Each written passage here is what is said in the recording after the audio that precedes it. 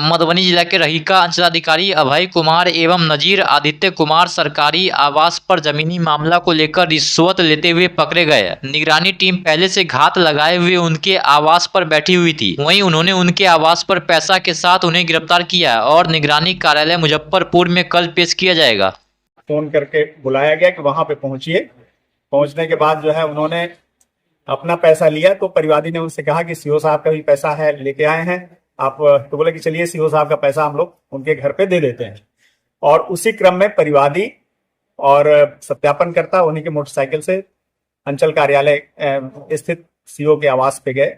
वहां सीओ ने जो है उनसे 17,000 रुपए की राशि परिवादी से ली और उस क्रम में सीओ को जो है, जो निगरानी की टीम जो वहां जाल बिछाए हुए थे, उन्होंने उनको पकड़ा। और चूंकि वहां पे स्थिति इस तरह की उत्पन्न हो गई कि सीओ के परिवार के लोग जो है वो थोड़ा फ्यूरियस हो गए और हल्ला करने लगे, आसपास से लोग जुटने लगे। तो ऐसी स्थिति में जो है हम लोग वहां से जो गवाह थे उनके साथ वापस हम लोग जिला अतिथि कार्यालय आए, जहाँ पे आगे फर्दर कार्यवाही की जाएगी। और कल इनको हम लोग निगरानी न्यायालय मुजफ्फरपुर में जो है उपस्थापित करेंगे।